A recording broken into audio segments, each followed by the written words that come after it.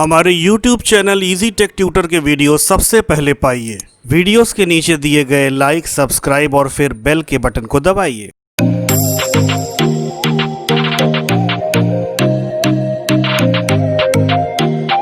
हमारा next topic of discussion है types of computer network. Computer network कितने प्रकार का होता है। कंप्यूटर नेटवर्क बेसिकली 5 कैटेगरीज में हम कैटेगराइज कर रहे हैं।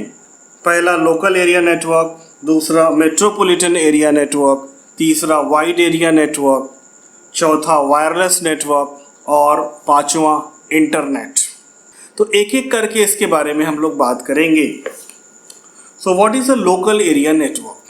Local area network we have discussed previously that it is a network that spans around 20 to 25 kilometers। एक ऐसा नेटवर्क अगर कंप्यूटर्स का हमने बनाया हुआ है जिसका विस्तार 20 से 25 किलोमीटर है या रफली करीब अराउंड 20 किलोमीटर्स है, तो हम इस तरह के नेटवर्क को लोकल एरिया नेटवर्क कहते हैं।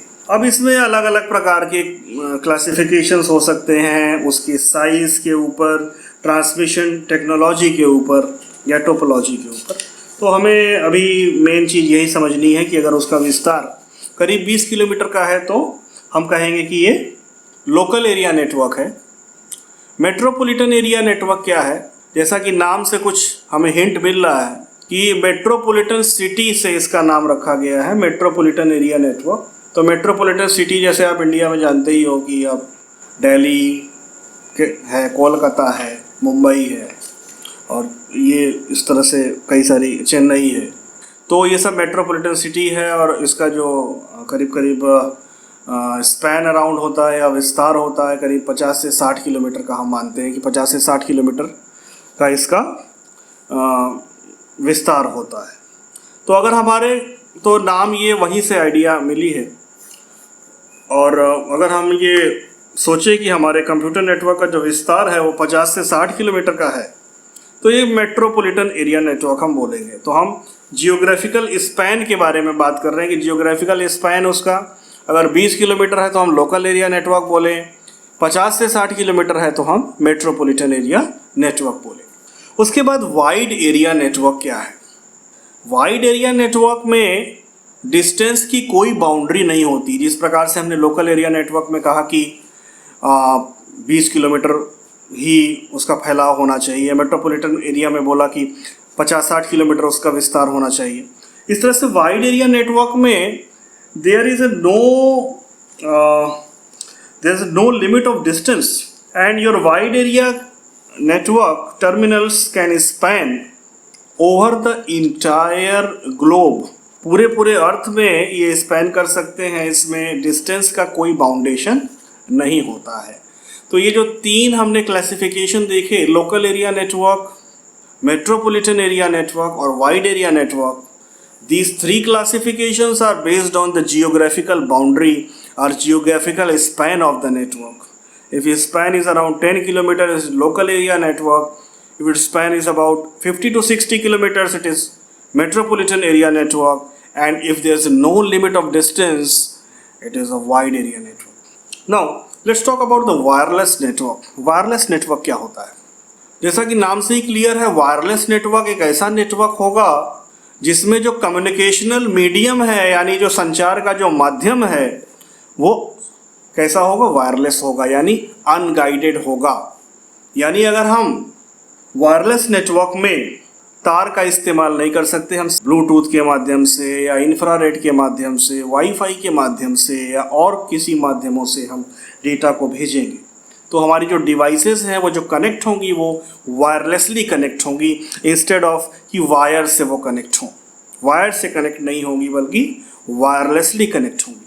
अब इसमें जो डिवाइसेस हम इस्तेमाल करेंगे वो इस तरह की होनी चाहिए कि वो वायरलेसली कनेक्ट हो सकें, जैसे नोटबुक कंप्यूटर्स, हमारे mobile phones, personal digital assistants etcetera. तो ये जो क्लासिफिकेशन था कम्युनिकेशनल मीडियम के ऊपर आधारित था कि कम्युनिकेशनल मीडियम हमारा वायरलेस है तो नेटवर्क हमारा क्या होगा?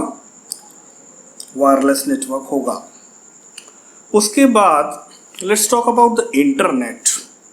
इंटरनेट का बड़ा ज़माना चल रहा है और लोग कहते हैं कि भाई इंटरनेट का बड़ा नाम है, और ऐसा कोई व्यक्ति शायद ही हो जिसने इसका नाम ना सुना हो, चाहे वो नेटवर्किंग फील्ड से हो या ना हो। तो इंटरनेट क्या है? इंटरनेट की डेफिनेशन की बात करें तो सिंपली लोग कह देते हैं कि it's network of interconnected network. What is an internet? Network of interconnected networks.